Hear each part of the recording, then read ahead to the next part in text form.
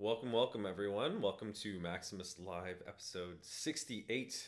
Thank you for all of our viewers who are joining us on Instagram Live. You can type in any questions you have in the comments. Thank you for everyone joining us on YouTube Live, Twitter Spaces, and Zoom.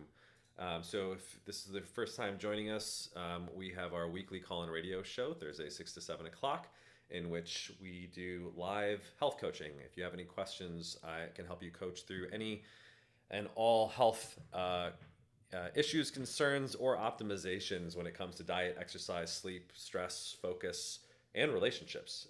It looks like we have 2 or 3 folks who are scheduled to call in. They're sitting here in our patiently waiting in our waiting room who have questions around hormone optimization, SHBG, and relationships. So I'm looking forward to a great radio show today. And if you have any questions, feel free to type them in or raise your hand so that I can provide some service.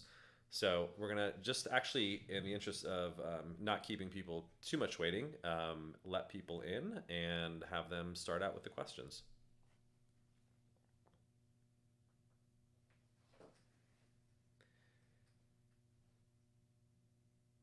Hey. Good. Give me 1 second. I got to just change my audio settings because I think it's actually streaming through my headphones. So just got to switch that up a little bit.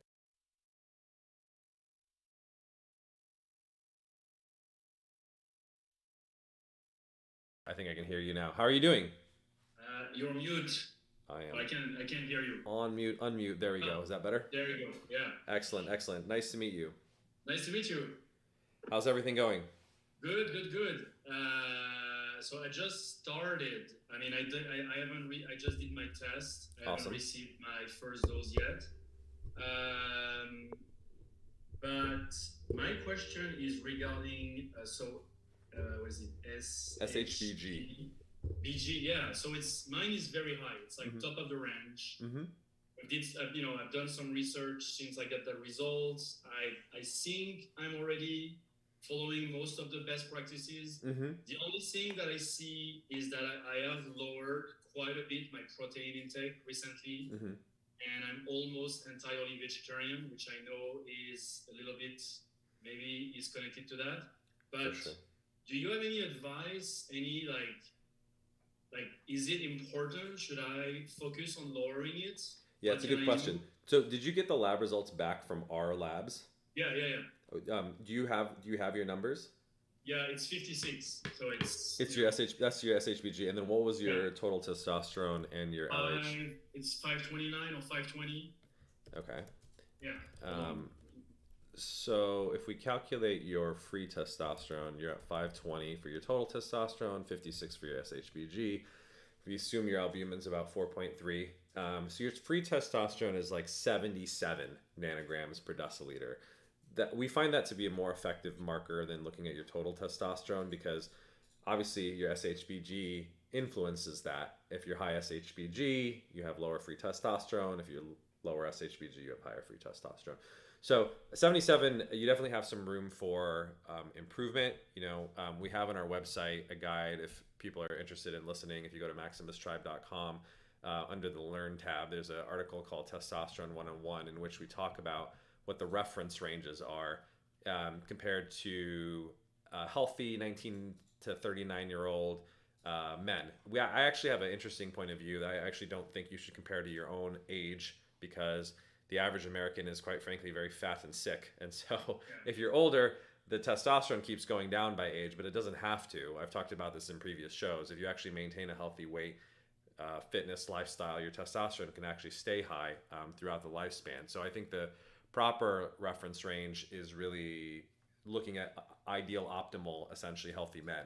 So your level at 77 is exactly actually the 5th percentile, meaning that 95% of guys have higher free testosterone than you, at least guys who are within that age band and are obviously healthy and non-obese. So you definitely have some room for improvement there. But the thing I wanted to emphasize is the focus is on increasing free testosterone, not decreasing SHBG. Now, the logic obviously is, well, if you had lower SHBG, wouldn't your free testosterone be higher? Yes, and no, in the sense that free testosterone is really like the outcome, right? And total testosterone is actually really a variable. SHBG is largely genetic. There are some lifestyle factors, like for instance, if you're vitamin D deficient, it can influence it a little bit. But that's why we obviously provide, 10,000 IUs of vitamin D to make sure that people don't have deficiencies in that tries to eliminate most of the other sort of confounding variables. But for the most part, you're kind of born with your SHBG. It is what it is. And so what happens is the body essentially compensates by producing more or less total testosterone to overcome that. We generally find that with guys like you who have higher SHBG, the body just produces more total testosterone. So the analogy that I make is if you have two identical twins, two biological twins, one has low SHBG, one has high SHBG, the guy who has high SHBG is going to produce more total testosterone. The guy with low SHBG is going to produce less total testosterone, and they'll have the same free testosterone. So the body essentially compensates for your SHBG by just producing more testosterone, more total testosterone. So you don't need to, according to our advisor, Dr. Eugene Shippen, try to adjust your SHBG. In fact, there are some protective benefits to high SHBG. People who are low SHBG, like myself, have a higher risk of insulin resistance and diabetes. There's a clear association with that. So it's not necessarily something that you want to mess with above and beyond things, like I said, vitamin D, optimization that you would normally do. So rather than focusing on SHBG, I think it's generally the wrong focus for most folks. The focus is really just increasing free testosterone. We find that with the compound that we use, which is enclomiphene, SHBG doesn't change. It might go up very slightly. It depends on the dosages. On higher dosages, it's more commonly seen, but it doesn't really move SHBG that much. What it does do is it increases LH, obviously, because it's stimulating your body's own natural production of testosterone. It'll increase total testosterone. It'll increase free testosterone. So on average, people increase sort of between 1.5, 2.5x. If you're younger, healthier, it'll increase it a little bit more. So that's really our focus. So I wouldn't stress about the SHBG. The reason we measure it is really not because we're expecting it to change. We measure it to calculate free testosterone, like I did. So that's the number that I would kind of focus on. So you're starting out at 77. Obviously, let's put you on the protocol, see how you do there. And when we retest you, let's see what your free testosterone increases to. So for someone like me, ideally the multiple needs to be high, right? To fight that high level of SHBG. So that, the increase in free testosterone, in total testosterone, the free testosterone will be a little bit more, correct? Okay. What is your opinion on Pregnenolone? I take it. I mean, I don't take it regularly, but is it a good idea to take it? Like the... Which form, what dosage are you taking, and why? I mean, I take it because, I don't know, I guess experimentation, right? Seeing if fat actually is going to convert into the hormones that I want. Right. And how much are you taking? I'm tracking that, so... How much are you taking, and what form? It's pills. I mean, I can check really quickly. I don't want to spend waste too much time. Are they just like capsules, tablets? Yeah, capsules, yeah. And have you noticed any subjective effects? No. So it's 100 milligrams. Yeah, that's pretty standard. So for people who are listening, pregnenolone is kind of like the grandmother hormone, as I like to call it. It's the top of sort of the steroidal cascade in which when you consume cholesterol, it converts to pregnenolone, progesterone, trickles down to testosterone and estradiol. So the theory that you're stating is essentially if you kind of feed the top of the funnel, right, by consuming more pregnenolone, it'll come down and convert to the other hormones.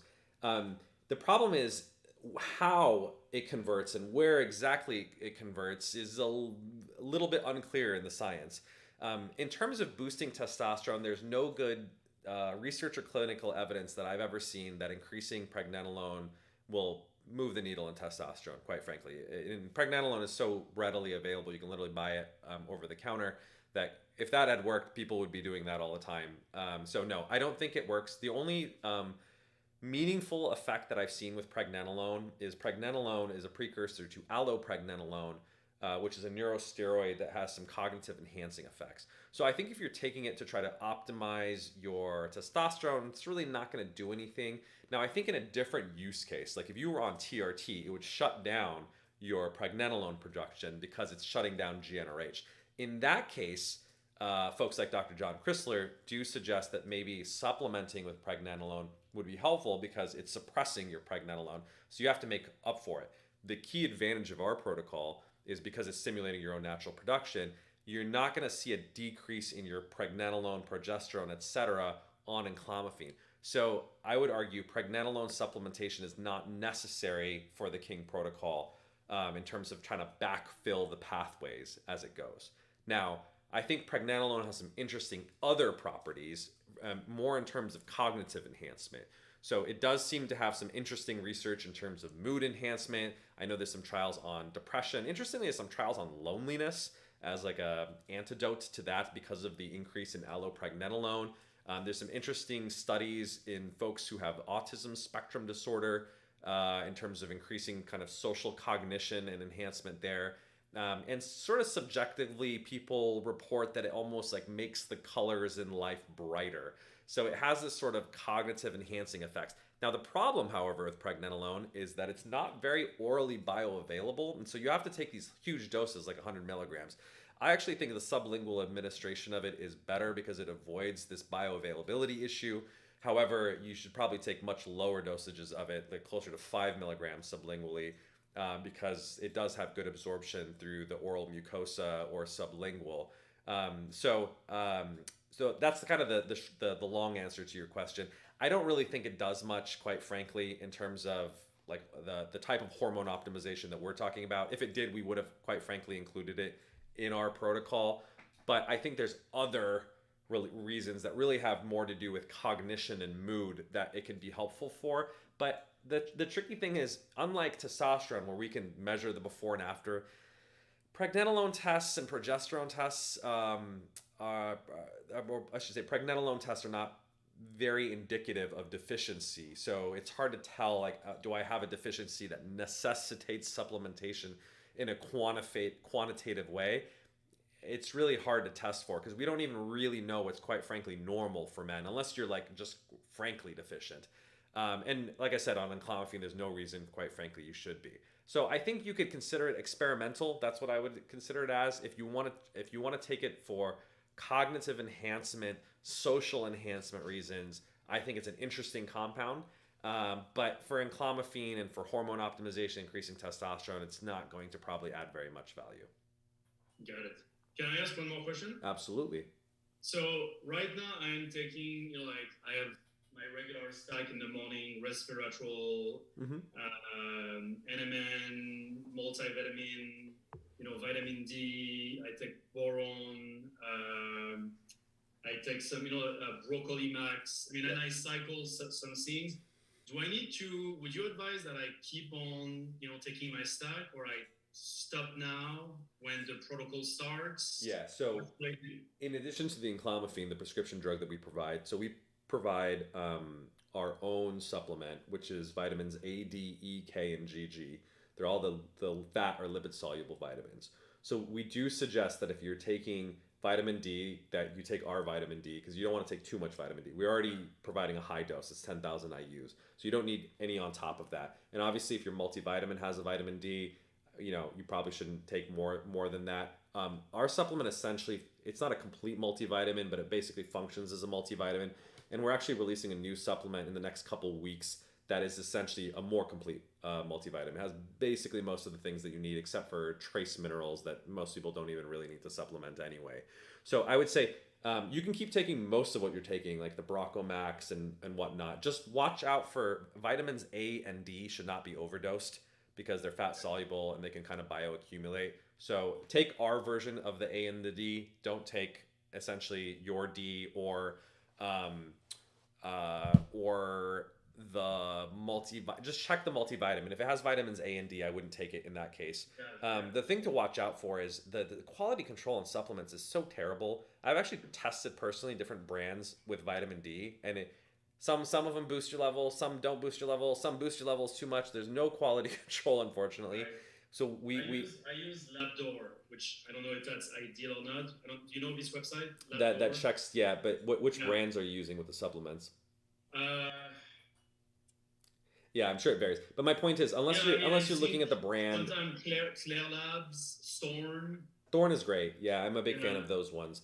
So yeah, as long as you're using really high quality brands, and Thorne is definitely up there. Those are definitely better. So I think it's, I mean, it's good that you're checking with Labdoor. Um, I assume you're taking the boron to reduce your SHBG. Yeah. Yeah, I'm not a fan of that approach. It's like the most common thing that people recommend. Like I said, I don't think it helps, quite frankly, to lower your SHBG. And that even though the research literature does show that boron reduces SHBG, it's almost a temporary effect. It's unclear in the long term if it actually bounces back.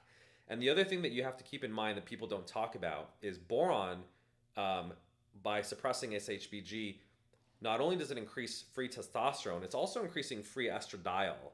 So you're getting both to increase. And for some people, more free estradiol is not great in terms of the symptomatic, benefits. So you might want to experiment with that one in terms of see if you feel better or different on it or off of it. If you don't have a clear, I would say, subjective benefit on it, like you clearly feel better for the long term, I would consider cycling off of it because, like I said, I think the idea of like messing with your SHBG is not necessarily as effective. Got it. And Can then what you? was the other stuff you said? Resveratrol, NMN. So there's like the classic anti-aging Yeah. longevity supplements that are very hot right now. I think resveratrol theoretically has some anti-estrogenic effects. It's unclear though how much it actually does, and it's also not very bioavailable. It depends on the form that you're taking. So I don't think there's an inherent problem with any of those, but you may want to just. The thing I encourage all my clients or patients is keep a journal and just log how you feel on these stuff because a lot of it is like theoretical. It's based on like Andrew David Sinclair's research. God knows if it's like real or not. So but trust how you feel. Like if you clearly find a subjective benefit, great. But otherwise, I mean, NMN is a really expensive supplement, and I don't know, is it really going to work? I have no idea. I've played with it. I don't take it long term because I'm just really not convinced, quite frankly, of the scientific literature, and I just don't feel the benefits. So if you do, that's great. I have heard some folks, maybe if they're a little bit older and they have a little bit more of an energy deficit, they do report some increases in energy with things like NMN. But it is very, very expensive. So if you don't feel the benefit, I would say you may not be getting a lot of ROI on it. Got it. And what can you like let us know what else is on the roadmap beside and that more complete supplement, will it be included in the stack or will it be a separate purchase? We're gonna recommend it in the stack, but we're gonna separate it out because sometimes people want it, sometimes people don't want it. But I think it's actually really great. It's gonna include the same building block. We call it building blocks. It's gonna have vitamins A, D, E, K, and GG. So all the fat soluble vitamins. The additions to the supplement, which I'm really excited about, are magnesium, and we have what I think is the best form of magnesium. It's magnesium acetyltaurate. I've talked about it on previous podcasts. It has the best brain absorption of any form of magnesium, essentially, and you can take much lower dosages. So 45 milligrams of magnesium acetyltaurate is actually equivalent to like 400 milligrams of magnesium glycinate, citrate, etc. And so instead of having to take huge amounts or powdered scoops, we can fit it into 3 capsules. So it has magnesium, it has zinc, it has copper, which all have some good evidence behind them in terms of enhancing testosterone production if you're deficient, obviously, in those things. A little bit of saffron for the mood and focus effects. Yeah, so I think that's most, and a B complex, right, for energy. And we use the better forms, obviously, like for instance, P5P as the form of vitamin B6 that doesn't have the neuropathic effects that I warned Dr. Andrew Huberman about, who was recommending the wrong form of vitamin B6. You have to be careful about that stuff. It's very easy to take the wrong form sometimes of supplements. Even though they are over the counter and not regulated, doesn't mean that they don't have adverse effects. And so, yeah, we very carefully designed it with our advisors. So that's going to be only available if you're on one of our protocols. So it'll be available to folks like you who are on the King Protocol. as part of it. But because it costs us way more actually to produce the supplement, because we put in all those goodies. But our justification is it basically this is going to replace your multivitamin, so it's going to be $39.99, but it's quite frankly as good as anything that Thorne or any other company produces. Got it. Great. Yeah, and we have some more exciting stuff coming on the roadmap. I can't talk too much about it, but we have every quarter we're going to be launching a new product. So end of Q2. That's actually end of this month, I believe. We're going to have what's called our Lover Protocol. We're going to have our Warrior Protocol end of Q3, and then a Magician Protocol end of Q4. So 3 more products in the next year that I'm really excited about. They're all hormonal in nature, but they have other benefits besides testosterone.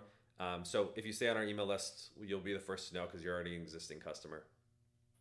Got it. And is the idea to become like the holistic solution for like optimization for men? I mean, is it? Yeah, exactly. You got it. Our brain is really focused on health and performance optimization, right? So we're less focused on addressing clinical or medical deficits or conditions, but really it's like guys like you and me. You're obviously an intelligent guy who looks into the scientific research. You want to make sure that you're consuming high quality supplements that are pure and enhance your health benefit in terms of anti-aging, longevity, and we really care about quality of life, I think, more than quantity of life, right?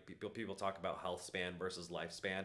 That's our focus, because obviously when you optimize your testosterone, you'll quite frankly notice this, especially going from like a 77 to, I think we'll definitely get you into the triple digits, like 100 plus for sure, assuming everything goes well. Yeah, the quality of life benefits that people experience are going to be much better. And that's true for all of our sort of future products that we come out with.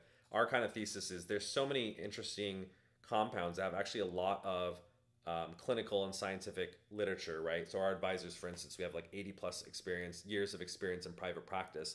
What they use with executives, pro athletes, celebrities here in LA is often on the cutting edge, but it costs like $800 to go get an initial consult with Dr. McLean. So we take sort of the best in class protocols that they're using, the best in the scientific literature, and then we come up with these protocols, and we try to democratize them for folks because now we can prescribe it obviously online to a lot more people. Amazing.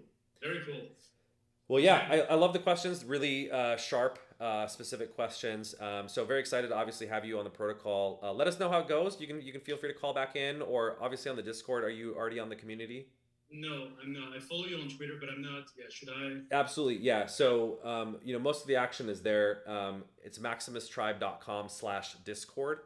So if you join that, you can chat with us. We have about 1,600 guys who are on that community.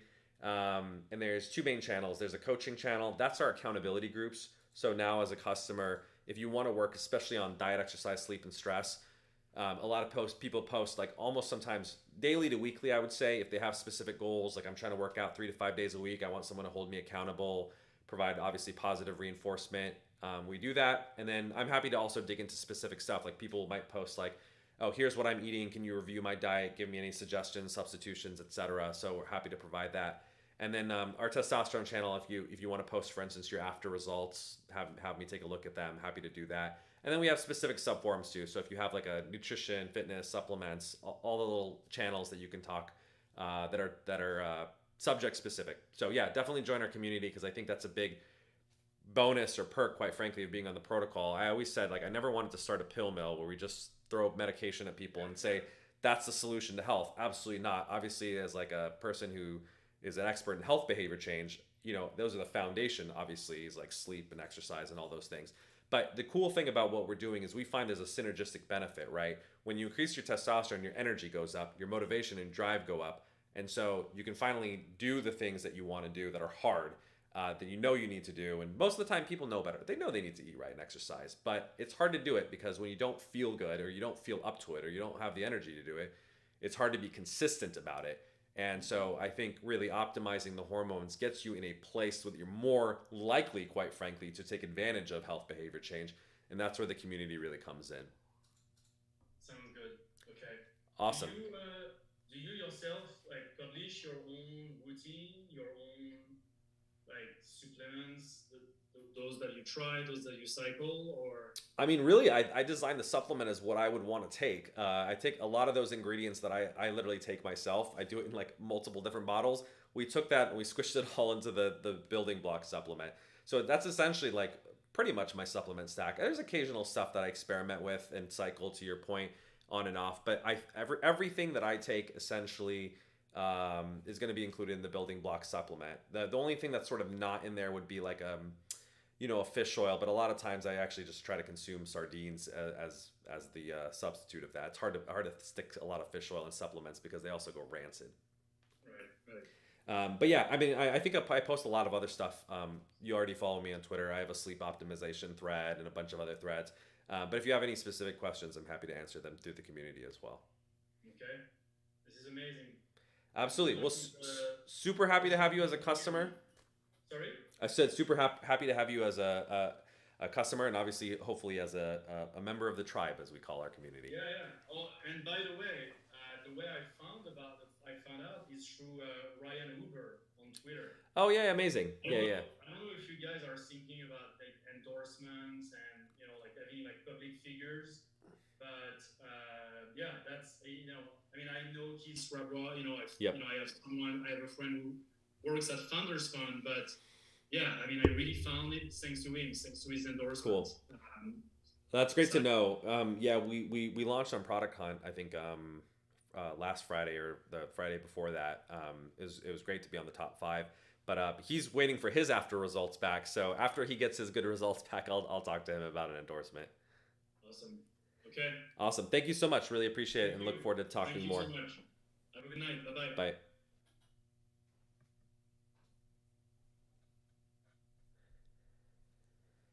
Hey there.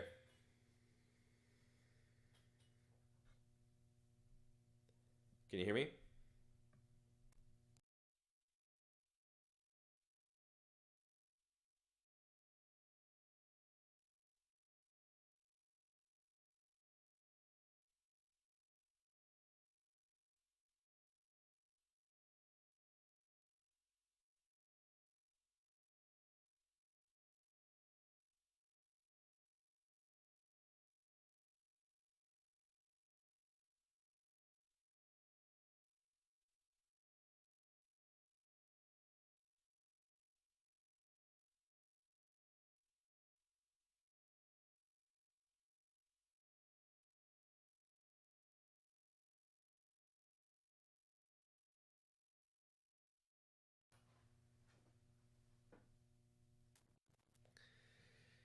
Hey there. I think it's also connecting to the audio. Zoom always takes a minute to get on there.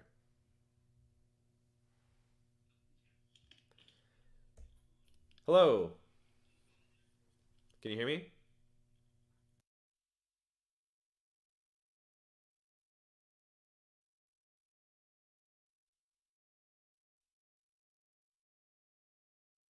Sir, I can start to hear you now. If you can get a little closer to your microphone, that would help everyone hear a little better.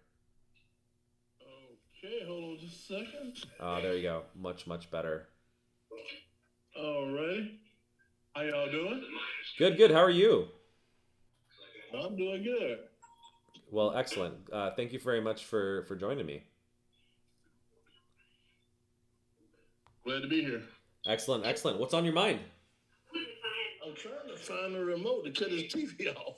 I can't find it right now. I feel you. Go ahead. What's up? What else is on your mind? How can I help you in terms of helping answer any questions about your health and well-being? Well, I guess I'm interested in libido and diet. Be the first couple of things I can think of. Yeah, for sure. So have you kind of checked out our protocol or are curious about how that affects libido? Explain protocol. Yeah, so our company Maximus, have you seen our website, maximustribe.com? Oh yeah, and I have submitted a blood sample, and I'm waiting to hear from the doctor. Oh, okay, excellent. So you've already signed up, so you're waiting to hear back. And you asked an excellent question about, well, what does this do for libido? So The class of drugs that we prescribe are called SERMs, selective estrogen receptor modulators. It's just really a fancy word for an estrogen blocker. Basically, by blocking the estrogen in certain places in your body, it gets your body to produce more of its own natural testosterone. And so, in research studies, they've shown that in about 75% of patients who take this type of medication, there's a significant improvement in their sexual function. That means sort of erection strength, sexual drive and libido, etc. So it does seem to work, especially if you're lower in testosterone. Did you get your numbers back from your lab test? Yeah, and from what I understood about it, testosterone was around 470, and that's 470. not real. That's not real low, but I didn't understand the ratio between estradiol Yep. and testosterone. What was do you remember what your SHBG was? I'm trying to remember. 48. I don't know. I can't remember. Okay, well let's assume it's 48 just for the purposes of this. If it was 48 and your total testosterone was 470, we can calculate your free testosterone. So your free testosterone is around 76.9 nanograms per deciliter. Ironically, it's almost exactly the same as the previous caller. His was basically at 77 as well. So just like the last guy, I was saying that compared to healthy young men, 19 to 39-year-olds who are healthy, non-obese, that's basically the 5th percentile, meaning out of 100 guys, you're higher than 5 of them, but it means 95% of guys are higher than you. So as a result of that, I wouldn't be surprised if you're noticing some, potential symptoms, including libido issues. So obviously, going on our protocol, we should see a pretty significant bump in terms of your free testosterone. And hopefully, like I said, 75% of the time, you're going to see an improvement in your sexual function. Okay. How come the estrogen wasn't tested? Yeah, it's a great question. So we find that because our drug is an estrogen blocker, the estradiol, will increase on our protocol, but the interpretation of that is difficult because even though it's floating around in your blood, it's not necessarily binding to the estrogen receptor. It's almost like you got a key that's floating around, but it can't enter the lock, is the analogy that I'd like to make. So as a result, it doesn't really mean much when you're taking enclomiphene. So we're less concerned about estradiol because we know that it's kind of blocking its effects. Does that make sense? Yeah, somewhat. So you're saying that if I take this medicine you're talking about, that's good. If I got an estrogen problem, it's gonna block it anyway. Exactly. So it's kind of taking care of it intrinsically. So the number doesn't matter as much because it's like I said, it's just floating around like a lock with no like a key with no lock to kind of unlock it, so to speak. But the other thing that I think is important when it comes to estradiol and libido is body fat. So body fat is where you contain a lot of your aromatase enzyme. And aromatase is the enzyme that converts your testosterone into estrogen, right? So basically, the more body fat that you have, it's going to convert that precious testosterone into estrogen. And so the balance between the two hormones gets thrown off, basically, the more obese you are. So one of the other things, besides obviously taking enclomiphene, our medication, that you can do to improve your estradiol and your libido is to lose as much body fat as possible. So where are you at right now in terms of your body fat? Oh, I'm obese. Yeah. And how much do you weigh, and how tall are you? I'm 6'2". I weigh 350. Excuse me. Okay, so you're 6'2" and 350. So yeah, obviously your BMI is pretty high. You're at like a 44.9, 45. So yeah, I mean that. Yeah. So obviously there's a lot of room for improvement there. So what are you doing about that? first of all, I want to say that part of the problem is I'm an insulin dependent diabetic. Yeah. And simply because I don't eat the proper food, right, I have to take more insulin, and more insulin contributes to the increased weight. Of course. Yeah, it's a little bit of a catch-22. So I feel your pain there, and I used to do a lot of work in diabetes. My first company, in fact, was a diabetes prevention and management company called Omada Health. Through your doctor in which you're getting your insulin, are there any programs that help with like the behavioral side of your diabetes in terms of weight loss that you've done or can do? Well, I've been offered, as a veteran, I've been offered to come to dietitian clinics and all that. But Are you hooked up with the VA system? Yeah, I'm hooked up with the VA. Excellent. Yeah, I used to work in the VA in San Diego, LA, and Chicago. So I highly recommend it. I used to, in fact, run a behavioral diabetes management program at the Chicago VA. So even though we do like nutrition counseling and weight loss counseling as part of our program, you can obviously join the Discord, as I mentioned, maximustribe.com/Discord. In your particular case, because you're dealing with diabetes and particularly the type that in which you're taking insulin, it's a little bit more, you need a little bit more specialized care. I actually really do think it's a good idea that you work with a registered dietitian nutritionist, whether through the VA or whatever you get your medical care, because there's a little bit more nuance and complexity to what you're doing. But I think it would just benefit you so much to be able to slowly but surely kind of start to work on that weight. Yeah, I realize that. So I realize that. Yeah, I know it's also very hard because, like I said, I spent most of my career actually working on weight management with patients with diabetes, and there's often a lot of stuff going on. Like for instance, the comorbidity, or basically a lot of folks with diabetes have depression at the same time, and so when you got other stuff going on, it's not easy to obviously take care of your weight. But I think that's why the VA system is actually great in a lot of ways. It's not perfect, but they do really have a lot of good resources for veterans when it comes to there's a program there called the MOVE program that I used to teach in. So that's obviously a weight loss program that they recommend everyone there. And then there's specific programs for diabetes. So I would really suggest that you look into MOVE and any sort of diabetes specific nutrition weight loss programs. They really have some great resources, and especially someone who's worked with someone like you who's on insulin is gonna make sure that you're taken care of in the right way. Yeah, my next question is if I do get into a program and lose some weight. Yep. Do you think you all's protocol can help me with libido and all that? Yeah, I think you really got to do both, right? Like I said, 75% of the time when you take the medications like ours, it does improve sexual function. But libido is a complex thing. It's not just based on testosterone, right? It's based on your body weight. It's based on your stress. It's based on your psychological state and your mood. It's based on your partner. There's a lot of stuff that goes into libido. So believe me, I wish there was a magic pill for libido. There's not, but our pill does help. But that's why we recommend the other stuff too.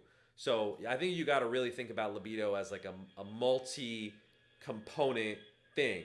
You got to take care of your mind, you got to take care of your body, and you got to take care of your hormones. So if you tackle all three of those things, I think you got as good a shot as anyone in terms of improving that area. Okay.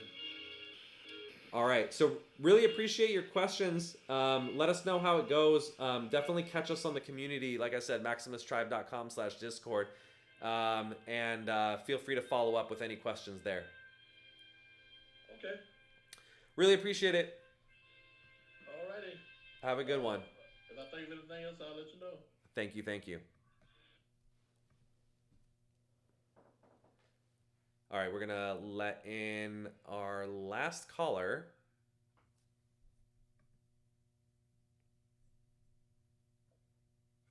Hey there, can you hear me?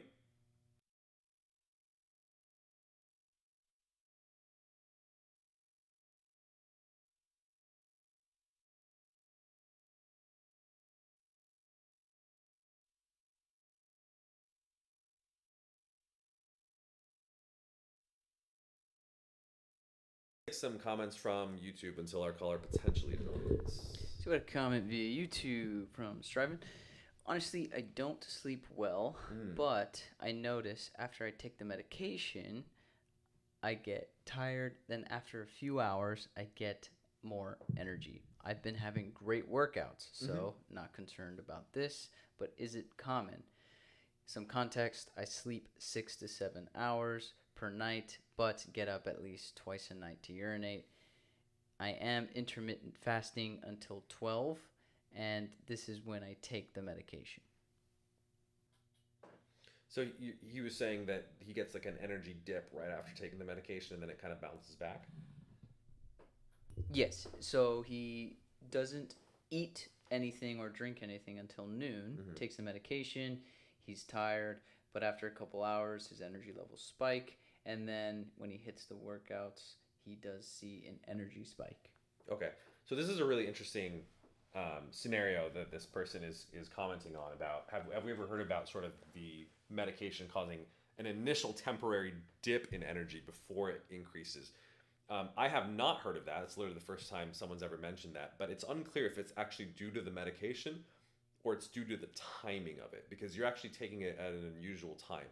We generally recommend that patients take it first thing in the morning, but because you're intermittent fasting, it makes sense to want to take it with your first meal, not because of the enclomiphene, but we do recommend that people take their vitamin D and other fat-soluble vitamins that are part of the supplement with the meal, because there's research that shows that if you generally take it with about 10 to 15 grams of fat, it increases the absorption of the vitamin D.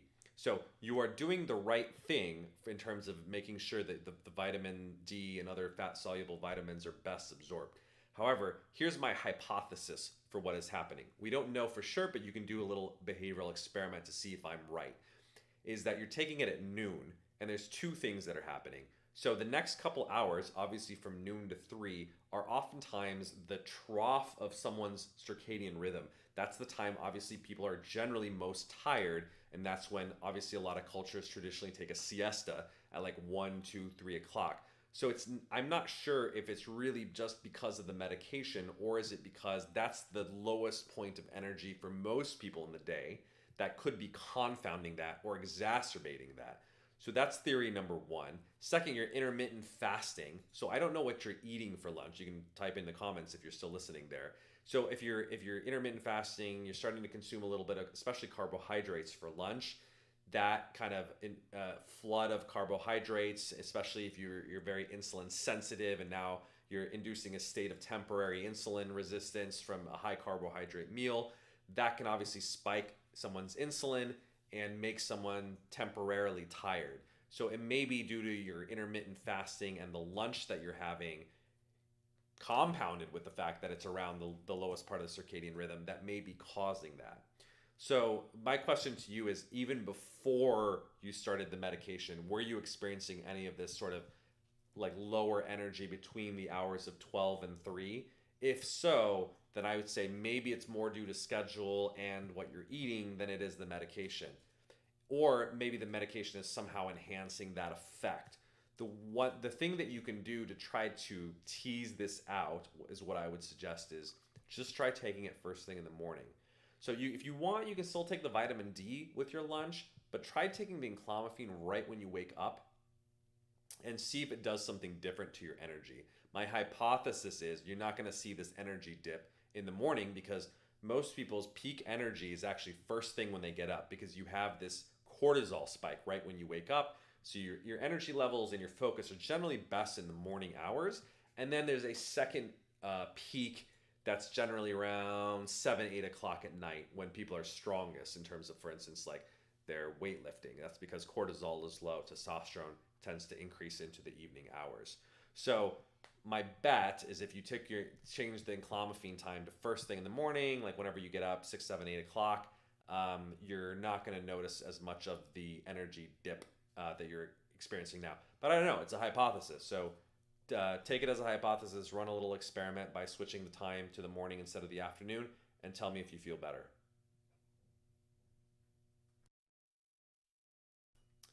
All right. Looks like we got someone on the Zoom, but I cannot hear him, and I'm not sure if he hears me. Let me type it in the chat. Do you hear me?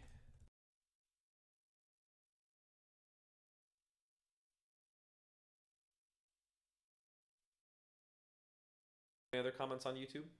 All right. Let's just do a quick scroll through our Instagram comments. Someone asked, is this a TRT clinic or service?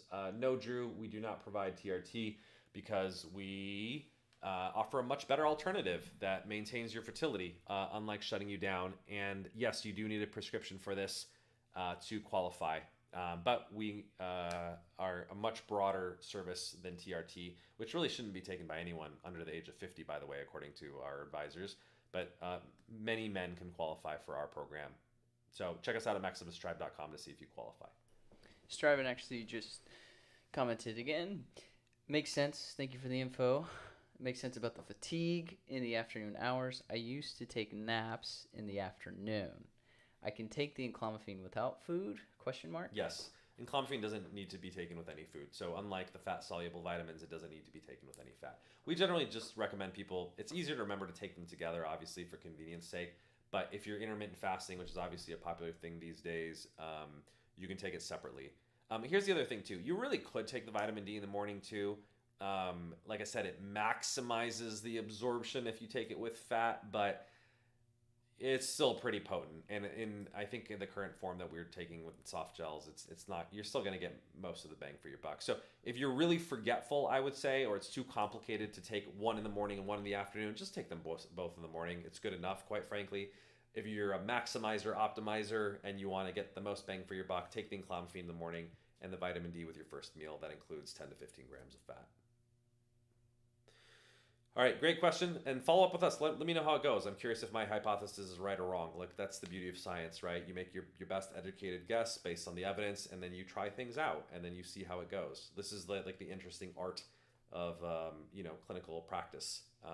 So obviously, consult with your doctor first and foremost, right?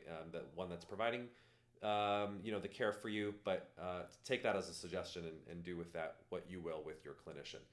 So thank you everyone for joining us on Maximus Live episode 68. A lot of great questions today about having high SHBG and why you don't actually need to decrease it, focusing more on free testosterone. We had a second question about how our protocol increases libido, which it does 75% of the time, and obviously the benefits of weight loss in terms of improving libido as well. And had an interesting question about sort of making sure that you're getting the most energy bang for your buck by taking it perhaps first thing in the morning rather than in the afternoon.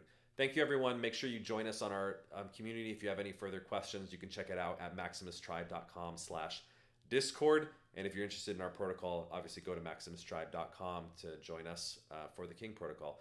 Thank you, everyone who joined us today on Zoom, Instagram Live, YouTube Live, and Twitter Spaces. So thank you. You can catch us every week, Thursday at 6 to 7 p.m. for live health coaching.